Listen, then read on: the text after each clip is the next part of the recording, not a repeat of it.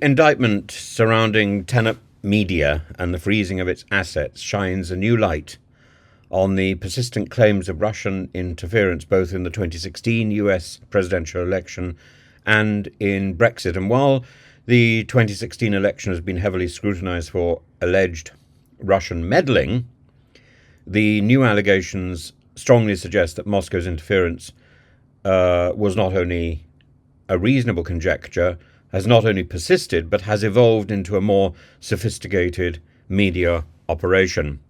And the big argument against this has always been that what does Russia have to gain by putting forward a particular outcome, putting forward a particular angle? It doesn't have to gain anything by that angle or by that outcome or by that slogan or whatever. The Tenet story strongly suggests that Russia's aim is simply chaos, is simply confusion, is simply to wrap up Western countries in their own introspection, which it did very successfully with Brexit, by the way. The case highlights Russia's ongoing efforts to exploit Western political and cultural division by covertly influencing social media narratives. And Tenet's media involvement with financial backing from RT underscores how state actors can infiltrate seemingly independent platforms, creating content that subtly aligns with the interests of Russia. The fact that RT was allegedly funneling millions of dollars to a Tennessee firm to distribute pro-Russian content raises critical questions about transparency and the extent of foreign influence on domestic politics. I don't think the content is really important. That's the issue here. The indictment details how key figures such as Konstantin Kalashnikov and Elena Afanasieva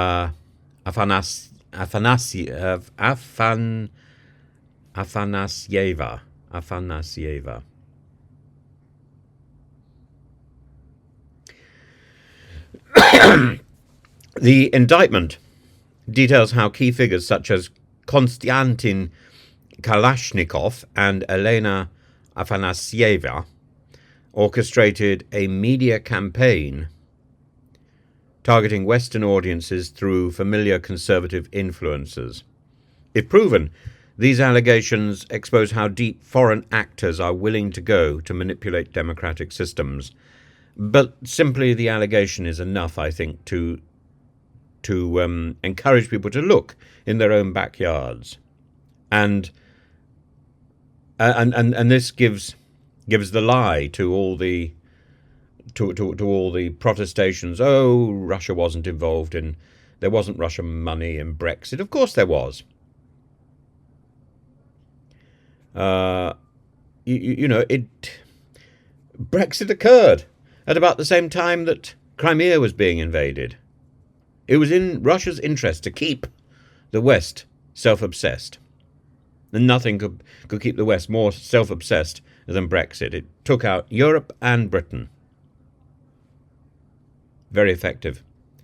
The payment structures, the editorial control exerted by Russian state media on these influences are particularly telling of the calculated nature of this scheme. The influencers like Tim Pool, David Rubin, Benny Johnson, they all claim to have been deceived, though it remains to be seen whether any legal accountability will extend to them. These people say, oh, we're white supremacists. Well, yeah, not very supreme if you've been diddled like this. The case is significant as it demonstrates Russia's evolving methods of interference, moving from overt hacking and disinformation campaigns as seen in 2016 to more subtle manipulations of popular culture and opinion. And moreover, the allegations of Tenet Media being funded by Russian state actors might lend further credibility to long-standing accusations that Russia similarly exploited domestic divisions during Brexit and before, using media to sow discord and influence voter sentiment. It's not for nothing, I think, that of the two people who I know who had their statements manipulated, twisted, and distorted by dubbing in Russian media, one was me, and the other one was Professor Sir John Curtis, the psephologist, the person who is particularly wheeled out at elections to dissect, to analyse, to inform about the elections. It's no surprise to me that his words were distorted. Now, the point about the experience that we had on NTV, this Russian TV program, is that what happened to us was almost inconsequential, as if the Russian system was just testing its tools. That's all it was doing. But it's interesting to be, for me, it's very interesting to be a part of that. It's very interesting to have seen it. It's very interesting to have blown the whistle. I think it's very interesting that the BBC then took that up. And, and now we've got another instance where where the Kremlin is exposed. It's running around in tatty underwear. It's exposed for what it did. Now, who is actually responsible, that may be hard to say. It may be much harder to get a criminal conviction. But I don't think there's any doubt about the hand of Putin, the withered hand of Putin. The broader implications are critical here. It shows how Russia continues to use media manipulation as a tool of political warfare, one that preys on the ideological divides within the US, within the UK, within Europe. As the indictment mentions, the content distributed, this content often amplified controversial topics like immigration and gender. These were topics that could be assumed to fuel existing tension already in American society and beyond. In 2016, that infamous organization, the Internet Research Agency, the IRA, operated in much the same way, using fake social media accounts to create chaos, this pattern of nonsense. Now, Tenet Media represents a more organized and covert version of the same tactic, where influential voices may have knowingly or unknowingly become the mouthpieces for a foreign interest. The US Attorney General Merrick Garland has said that these efforts serve to weaken American resistance to Russian policies such as aggression in Ukraine. At least simply raising a question mark almost justifies the expense, doesn't it? There is no room for that question mark.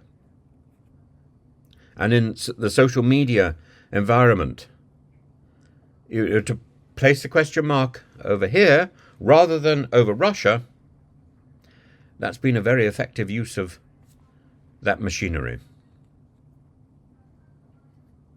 Russia has been honing these skills for years, for at least 10 years.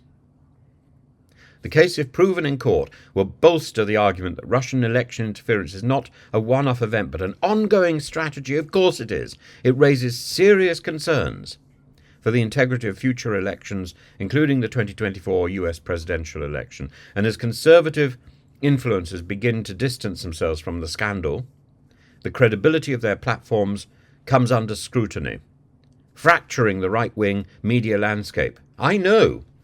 And that landscape depends on other boffins from all over the place, just simply responding to being paid or doing favours or whatever they do. These people don't work in isolation. This infiltration by Russia drenches the entire system. It submerges the system. It has far-reaching effects, not only in the US but across Western democracies, as they grapple with the question of how to safeguard free speech while preventing foreign manipulation. The Tenet media case serves as a wake-up call for both policymakers and media consumers. And those people who've been involved in the Tenet media case, whether they know it or don't know it, they have information.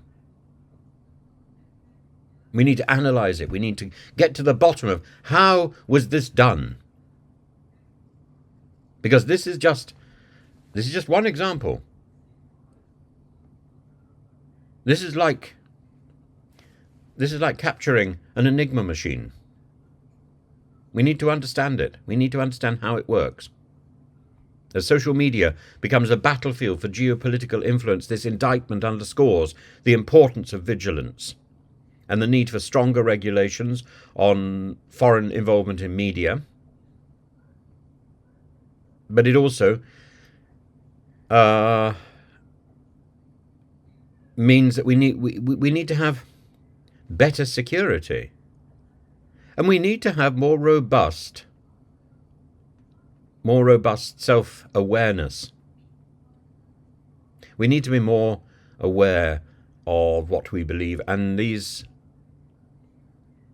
sort of Farage type questioning, the Tucker Carlson Farage questioning, this sort of using a question to trigger a response in the audience because the audience is already primed, because the audience is tribal and isn't really thinking. It's an audience of yes men, yes women. It's, you've got to be really careful of that audience. And that audience has taken years to get ready. Isn't it interesting? I talk about a decade of Russian interference. And really we've had a decade of prime social media.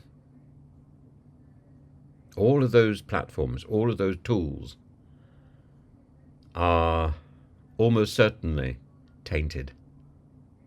YouTube, Instagram, Twitter, the lot. TikTok. All touched. So how do you reform? How do you reignite? How do you take the best out of these things? Well, you have to use them. You have to use them. You can't store them away and say, don't touch them. If something goes wrong with your car, you run it until the dirt has come out of the engine. Or you have to get it completely cleaned. So, whether these allegations prove fully accurate or not, they add a layer of credibility to the claims that Kremlin interference has played a part in Trump's election, both in the past and now, but also in key political moments across the West, like Brexit, suggesting a broader and more persistent strategy by Moscow to undermine, to destabilize, to confuse, to internalize, to cause chaos in Western democracies. I think this indictment does a very good job of exposing the reach of, I was going to say the reach of Russia, but I dislike tarring Russia with the with the filth of the Kremlin and Putin. There are many good Russians, and there is.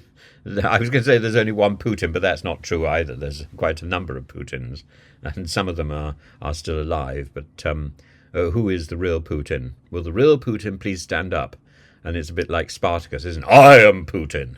But, the real Putin, I think we will discover, has been dead for some time.